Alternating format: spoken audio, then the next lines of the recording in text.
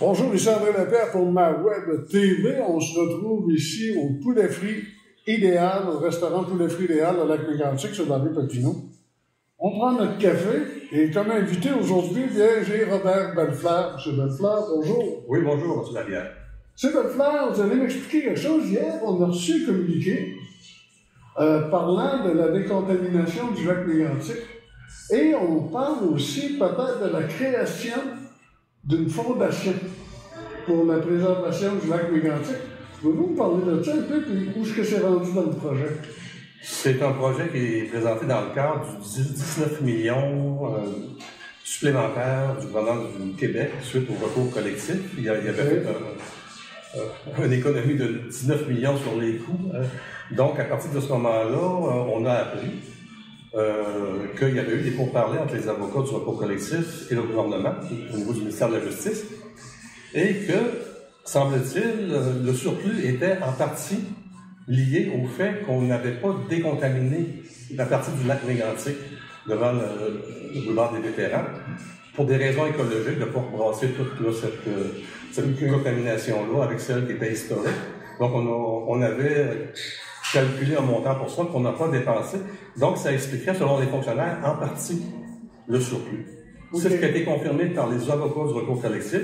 Donc, à partir de ce moment-là, M. Roger Desbiens et moi, avons pensé à un projet de mettre sur pied une fondation pour assurer la préservation et la restauration du lac Mégantic. Une fondation capitalisée. On a fait une demande de 4 millions de dollars pour avoir quand même un certain montant, un certain capital qui va nous permettre de générer des intérêts qui pourraient servir à des organismes comme l'Association de protection du lac ou d'autres instances. Lorsqu'ils font des travaux, ils n'ont jamais complètement le budget. Ils doivent assumer une certaine partie des coûts. Donc, nous, la Fondation, si elle est mise sur pied, permettrait de combler cette différence-là pour assurer des travaux de restauration dans le lac Mégantic. OK.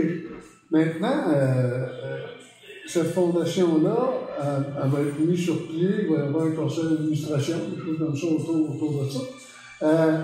On n'a pas voulu, justement, comme vous le disiez tantôt, brasser un peu ce qu'il y avait déjà en avant du parc des vétérans.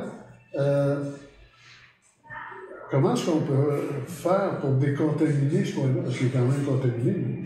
Bon, il y a un autre projet aussi que j'ai présenté en collaboration avec le département de la faculté d'environnement de l'Université de Sherbrooke, avec la chercheuse Céline Guyenne, qui est une spécialiste au niveau des contaminations chimiques, pour qu'il y ait une relance, à savoir qu'on refasse un bilan de la contamination résiduelle qu'il y a face au lac après 10 ans, et dans la rivière Chaudière aussi, parce qu'il ne faut pas oublier que les 15 premiers kilomètres de la rivière Chaudière, le lac Mégantic, ont été contaminés. Et en 2016, le dernier rapport du ministère de l'Environnement disait l'eau est propre, les berges sont nettes, mais les poissons, 30% des poissons présentent des malformations au niveau des nageoires et des tumeurs. Bon.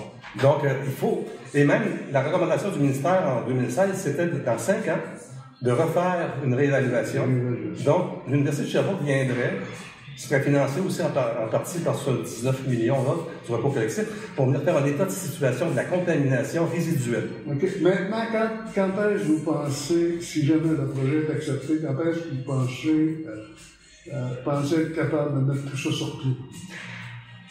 Juste pour rajouter, il y a l'Association de chasse et pêche de lac Mégantic qui a aussi présenté un projet pour favoriser le réencensement de la rivière Chaudière. Donc, c'est ces 3 projets environnementaux là, qui se tiennent ensemble. Okay. Et aussitôt que les annonces vont être faites, on a parlé que le secteur de la faune et de l'environnement aurait un financement de 3,45 millions de dollars. Okay. Donc, on ne sait pas si nos projets sont acceptés dans ce cadre-là. On n'a aucune nouvelle là-dessus. On attend toujours des réponses du gouvernement, du ministère de la Justice. Alors, aussitôt qu'on a l'annonce, on se rend. Ça va, ça la demande. C'est ça. M. Bellefleur, je vous remercie beaucoup. Ça fait plaisir, M. Labière.